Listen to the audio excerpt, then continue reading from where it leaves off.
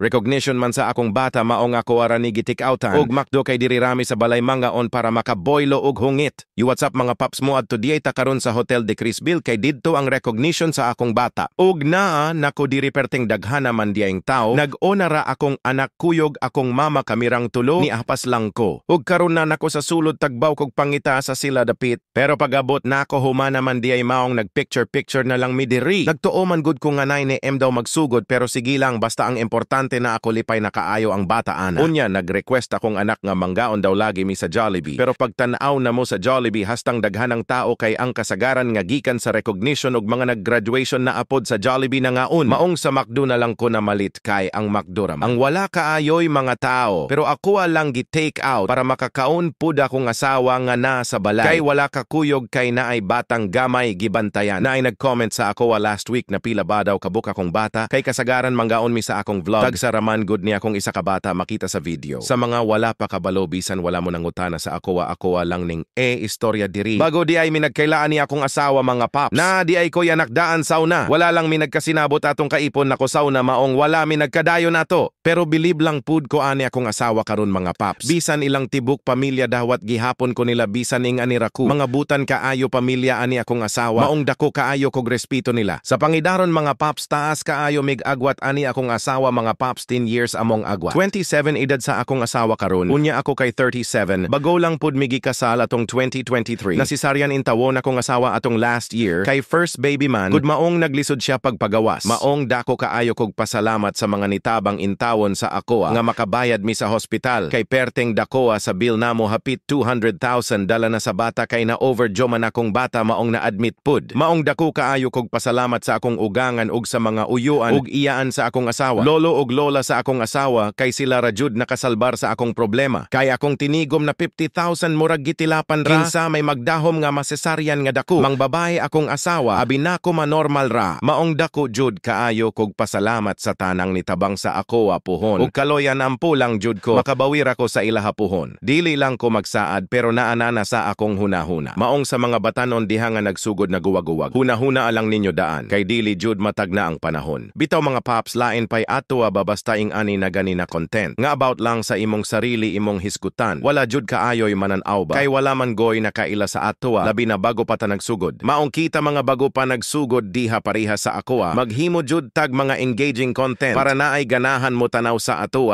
Okay raman nang mag-vlog ka about sa imong kaugalingon. Pero ayaw lang permente ha. Huna-huna ang mga paps. Dili ta sikat dili ta celebrity nga daghan na kaila sa ato na bisan manghihira ka anang daplin mo viral dayon. Kay sikat naman sila. Unya kita kinsa di ay ta para tan-awon nila. Maong kita na dili pa ilado, kinahanglan sa tamag pa ilado para mailhanta, buhat tag content na engaging entertaining, kanang makaingganyo jud sa mga tao na tan-awon ta nila, ug kabalo ka magpakatawa mag-comedy vlog ka, ug na kay mga talent mag-tutorial ka, or maghatag kag mga tips about sa bisan unsa. Basta daghan pa kaayong content na engaging entertaining na pwede nimong buhaton. Buhata ang wala pa nabuhat sa uban para matatak sa mga tao nga lahi ka sa uban.